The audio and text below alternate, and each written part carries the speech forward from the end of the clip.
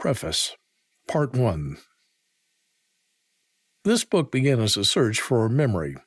My ancestor, William Clyde Thompson, lived through one of the most violent and uncertain times in our nation's history. He was not a general whose name filled the newspapers, nor a politician whose words shaped the course of events. He was instead one of the thousands of young men swept into the Civil War, and like so many, his story nearly vanished into silence. William Clyde was my first cousin, many times removed.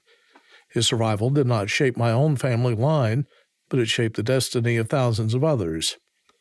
Without his persistence and legal acumen in the years that followed the war, countless descendants of the Yowani Choctaw would have been denied citizenship in one of the greatest Indian nations of this country. Their ancestors had been part of the tribe for centuries, long before removal, yet only through his determination did their rights endure. For that, each of us owes him a great debt of gratitude. Had he not survived the war, his fight in the courts could never have been waged, and the doors of opportunity and belonging might have remained closed. In these pages, I have tried to balance history with narrative, fact with imagination.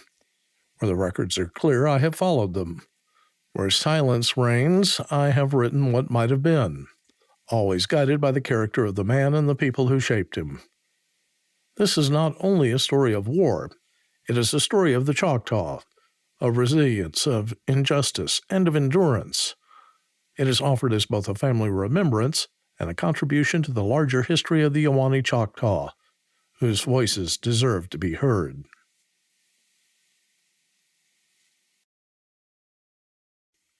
Prologue, Part 1.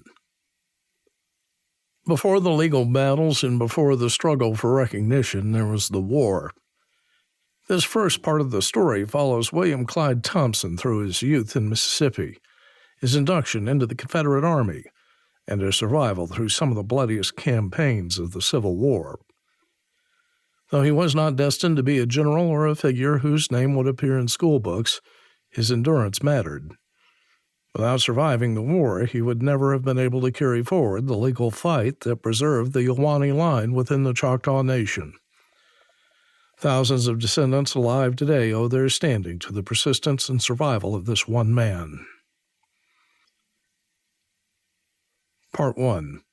Hardening Resolve. Chapter 1. The Stench of Death. In the 1830s and 1840s, knowledge of disease was limited. Malaria and typhoid fever were common in Indian Territory, but their causes were not understood. People believed in the miasma theory, that sickness spread through bad air, especially the stench of decay from swamps, stagnant water, or unburied corpses. Quinine was sometimes used against fevers, but most families relied on flight, fire, or prayer.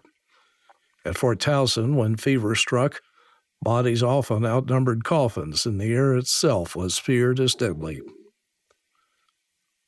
Fort Towson, late August 1839. They smelled it long before they saw it. The air thickened as the wagon drew closer to Fort Towson, the scent of pine and smoke giving way to something sour, rancid, and suffocating. Margaret pulled her shawl tighter over her nose and mouth, but it did little to blunt the reek. James said nothing, but his eyes narrowed, his jaw set hard against the wave of stench rolling toward them. The fort's palisade came into view, and beyond it disorder. Bodies lay in rows beside the rough cabins and barracks, covered with quilts, coats, or nothing at all. Too many for the shallow graves being hacked into the red clay. Dogs prowled the edges, driven back with curses and thrown stones. "Lord, have mercy," Margaret whispered. A woman staggered past them, face pale, her eyes wild with exhaustion. She clutched a child to her chest, the little one listless, head lolling.